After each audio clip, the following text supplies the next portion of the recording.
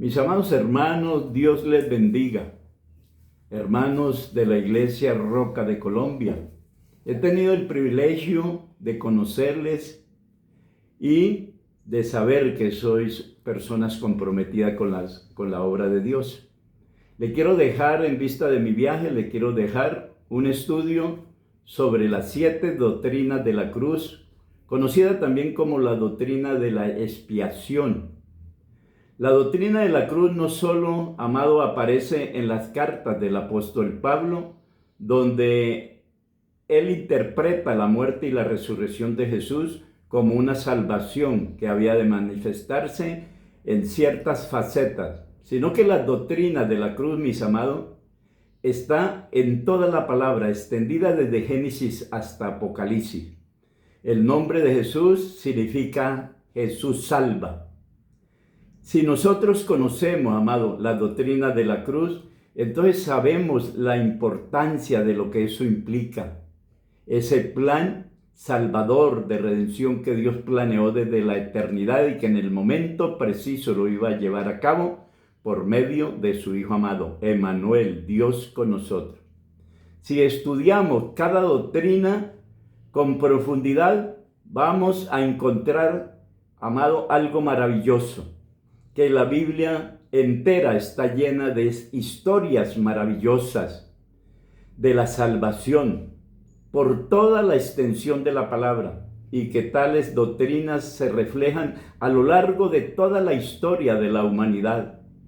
Pues les había dicho que existen 7 doctrinas de la cruz, ¿verdad? O doctrinas de la expiación, y las voy a enumerar primeramente. La primera es, no importa el orden, desde luego. La primera podemos hablar de la sustitución, segundo de la justificación, tercero de la regeneración, cuarto de la redención, quinto de la santificación, sexto de la reconciliación y séptimo de la redención. Entonces vamos a comenzar con la primera, la sustitución. Y lo podemos ver, mis amados hermanos, en el profeta Isaías, en el capítulo 53, versículo 4 al 6. El profeta Isaías lo dijo 700 años antes de nacer Jesús. ¡Wow! Esto es maravilloso. Dice así: ciertamente llevó él nuestras enfermedades y sufrió nuestros dolores, y nosotros le tuvimos por azotado, por herido de Dios y abatido. Mas él herido fue por nuestras rebeliones, molido por nuestros pecados. El castigo de nuestra paz fue sobre él, y por su llaga fuimos nosotros curados. ¡Wow! Tremenda palabra. Amado, Cristo entonces tomó nuestro lugar que nos correspondía a nosotros. Es decir, es un intercambio de lugares.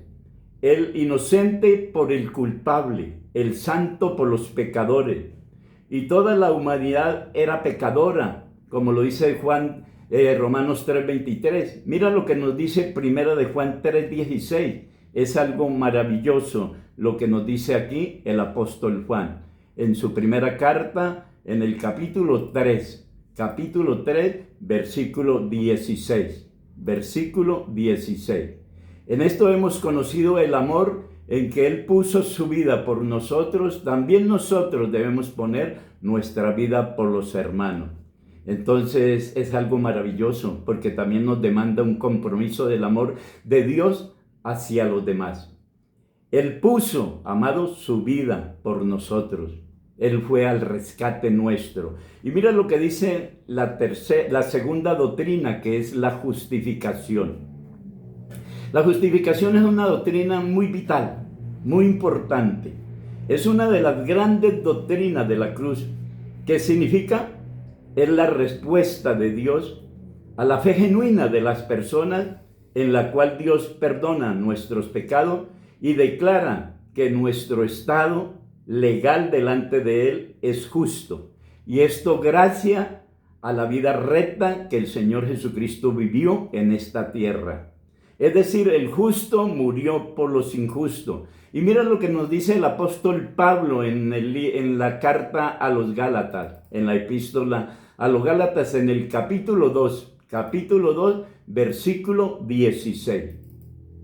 capítulo 2, versículo 16, sabiendo que el hombre no es justificado por las obras de la ley, sino por la fe de Jesucristo. Nosotros también hemos creído en Jesucristo, aleluya. Mis amados hermanos, esto nos permite demostrar en las mentes de la persona ese concepto erróneo que tiene la gente que no conoce todavía a Cristo. Yo soy bueno y yo voy al cielo. Esa es una cosa que el ser humano quiere colocar para evadir, entregar su vida a Cristo genuinamente. Mire lo que dice la tercera doctrina, que es la doctrina de la regeneración. Es una doctrina maravillosa y nos ayuda a entender nuestro problema, que estamos muertos en nuestros delitos y pecados, y que en esa condición íbamos camino al infierno. Y Cristo viene a esa cruz y nos hace vivir, nos da vida y vida inmensa. Entonces la regeneración es la mala noticia que estamos muertos en nuestros delitos y pecados, pero también es la buena noticia, es que Cristo te quiere hacer vivir una vida en abundancia, como dice Juan 10:10. Y ante todo una vida trascendental que nos lleva a la eternidad, vida eterna. Es decir, es la infusión de la naturaleza divina. El Espíritu Santo da la vida espiritual, como dice Juan capítulo 3, versículo 3. Amado, es algo maravilloso este capítulo, donde el apóstol Juan nos dice, respondió Jesús y le dijo, de cierto te digo, que el que no naciere de nuevo no puede ver el reino de Dios. Esto pertenece al contexto de que un hombre importante del Sanedrín, llamado Nicodemo, va de noche a la casa del Señor a visitarlo para decirle que él creía que él era enviado de Dios, que él venía de parte de Dios por las obras que él hacía. El Señor, ¿qué le respondió? Nicodemo, no se maraville de eso. Maravíllese de que tu nombre esté escrito en el libro de la vida. Y Nicodemo dijo, Señor, ¿debo introducirme otra vez en el vientre de mi madre para volver a nacer? El Señor lo refutó y le dijo, tú que eres uno de los principales del Sanedrín, ¿no sabes qué es nacer de nuevo? Amado, esto nos muestra que no es la religiosidad que salva. No es la religiosidad que nos muestra al verdadero Redentor del mundo. Amado, ahora entonces vamos precisamente a la doctrina de la redención, como cuarta doctrina en este día. ¿Qué significa la redención? Amado, la redención viene de la palabra redimir, que significa esclavo. Cristo tuvo que venir al mercado de esclavo para rescatarnos en esa cruz y darnos vida eterna. Significa que éramos esclavos del pecado, pero con la muerte de Cristo en la cruz, Él compró nuestra libertad, amado. La mala noticia entonces era que éramos pecadores, éramos esclavos, íbamos camino al infierno. Pero la buena noticia es que nos ha hecho libre, porque Él se colocó, Él nos compró por precio de su propia sangre. Y el apóstol Pablo en Colosenses capítulo 1, versículos 13 y 14, nos va a hablar de una manera maravillosa en este día. Capítulo 1, versículo 13, el cual nos ha librado de la potestad de las tinieblas y trasladado al reino de su amado Hijo. Versículo 14, en quien tenemos redención por su sangre, el perdón de los pecados. Aleluya. Esto es algo maravilloso, amado. Ahora veamos la quinta doctrina, y es la doctrina de la santificación. Esta es una doctrina que está en dos pasos. El primero lo lleva a cabo nuestro Señor Jesucristo al instante de morir en esa cruz, ya nos estaba santificando. Pero luego, gracias a la promesa que el Señor le hizo a sus discípulos, que Él se iba para mandar al Consolador, es decir, al Espíritu Santo, que continuó haciendo esta obra santificadora en nosotros desde el mismo momento que recibimos a Cristo como Señor y Salvador. El Espíritu comienza un proceso de santificación, preparándonos cada día más para ser idéntico más a Cristo todos los días de nuestra vida. Y esto termina hasta el último día que nosotros estemos en esta tierra. Y eso es maravilloso, para ser cada día más idéntico al Maestro, a nuestro Señor Jesucristo. Imagínense tú ese día que se presente delante de la presencia del Señor, como lo dice Juan aquí, amado. Aquí, amado, el pecado es una lepra, es como es descrito en la Biblia. El pecado es una lepra, por lo cual, amado, es curado solamente por la sangre de Cristo en esa cruz. Eso es un buen ejemplo de la santificación, de lo que el Señor enseñó a Nicodemo, a este religioso. Recordemos que solo Jesús nos santifica. La Biblia dice que sin santidad nadie verá a Dios. Por lo tanto, nosotros tenemos esa responsabilidad cada día de permitir que el Espíritu Santo nos santifique para ser más idéntico al Señor. Cristo ha empezado entonces este proceso y dejémonos, amados, santificar por el Espíritu Santo, no imponiendo nuestra propia voluntad, sino cediendo a la voluntad de nuestro Señor, para que el Espíritu Santo continúe en nosotros hasta el último día de nuestra vida. Eso se llama santificación. Ahora veamos la sexta doctrina, y es la doctrina de la reconciliación. Esa es una doctrina muy preciosa, porque nosotros éramos enemigos de Dios a causa del pecado, pero Cristo vino a reconciliarnos con el Padre.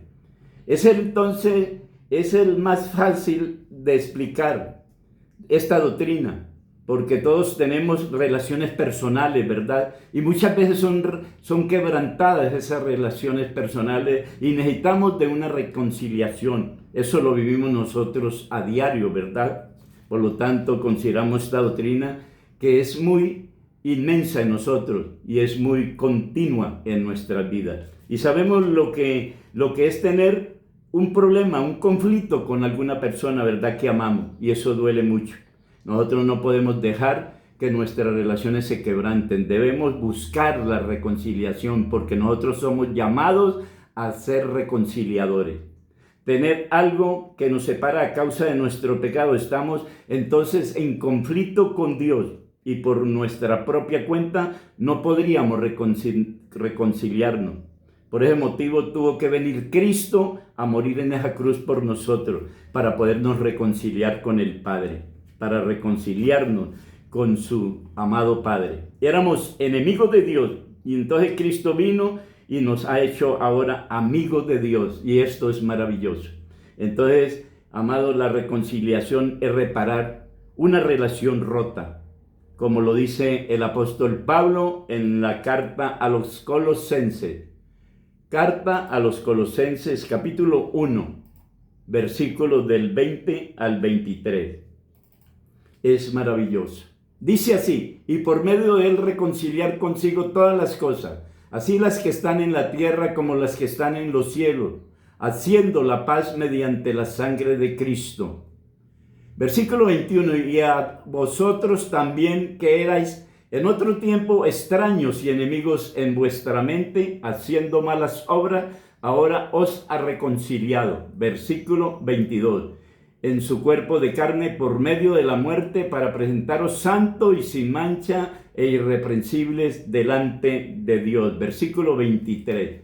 Si en verdad permanecéis fundados y firmes en la fe y sin moveros de la esperanza del Evangelio que habéis oído, el cual se predica en toda la creación que está debajo del cielo. ¡Wow! ¡Qué maravillosa palabra!, ¿verdad?